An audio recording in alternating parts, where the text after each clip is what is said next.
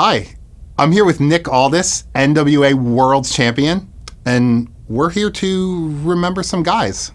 Are you ready to remember some guys? Yeah, you ready? I hope so. All right, let's do some remembering. All right.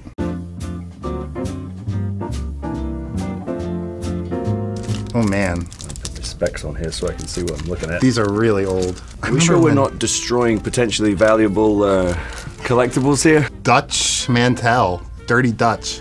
That is near and dear to me because when I started in TNA wrestling in 2009, Dutch was one of the agents. The first thing that got me on TV was on a TV show called Gladiators, which is the British version of American Gladiators. I made an impact on that show by being a pro wrestling character because that's what I was, as a pro wrestler. Sure. So it caught the attention of the wrestling world, and then it caught the attention of FSM, which then got Dixie's attention, and then they signed me to a deal. Somewhere in the midst of this, infamous TNA chain of communication, obviously they'd never seen what I did, so they just went, oh, this Gladiator guy.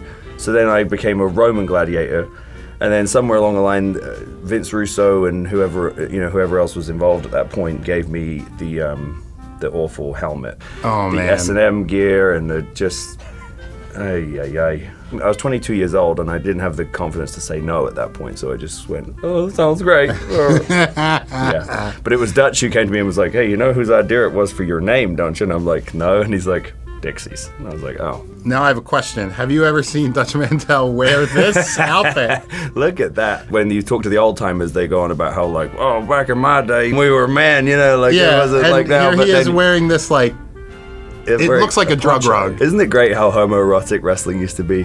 Used to be? The fabulous Freebirds. Ah. You'd be remiss if you were in this business and weren't familiar with the Freebirds. Michael P.S. Hayes obviously is still very influential in the business now as a part of the creative team in WWE, and there's a reason for that. He was a trailblazer, he was a great mic man, and bags of charisma, and that unit sort of gave rise, in my opinion, to the modern incarnation of stables, along with the Horsemen. Those, the Freebirds and the Horsemen, to me, were the ones who kind of set that tone of what a stable was supposed to be, as opposed to a tag team. It was like you had, Bam Bam, Michael Hayes, all these different dynamics to it that could cover the different areas of what you wanted to see. So you had like the sort of the mouthpiece, the rough and tumble guy, and then the guy that that could get his butt kicked and give everybody what they wanted to see. The Freebirds, actually, there's like a rule named after them. The Freebird rule, where if you're a tag team with more than 2 members, any of them can defend the belt, because that's how the Freebirds did it. Right.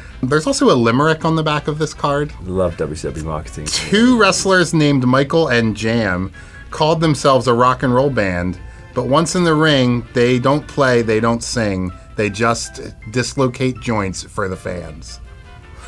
Somebody was getting paid a salary to write. Lex Luger. I'm a big fan of Luger. I feel like Lex is unfairly criticized for his work in the ring. Ric Flair and Lex Luger from like 1988 is one of my favorite matches. I understand that Flair is the greatest of all time and he could make the most nominal guy look like a world beater, but Luger was an incredible athlete, obviously a ridiculous physical specimen, and he had charisma. Perhaps his personality behind the scenes is sort of what led to him being a little bit sort of chastised in the history books. But I was always a fan of Lex, not so much his WWF personas. I think that's the other reason why I think he's sort of unfairly criticized. And since they won the war, they're the ones who write history. I liked the NWA presentation of the late 80s, like where it was Jim Ross commentating and it was like a sport. Well, it's convenient that you just mentioned Jim Ross, because he's the next card. Greatest announcer of all time. Yeah, Jim Ross is the best. You remember Cornette once described Flair and Steamboat as the tipping point where it went from an entertaining sport to sports entertainment?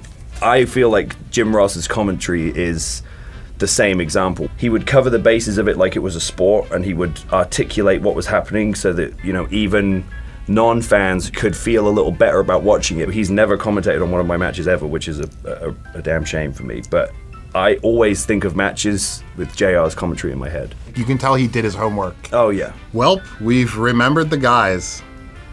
Did you enjoy it? Did you just use the word whelp? Yeah, sorry. I'll start over. Oh, crap. This is now going to be in the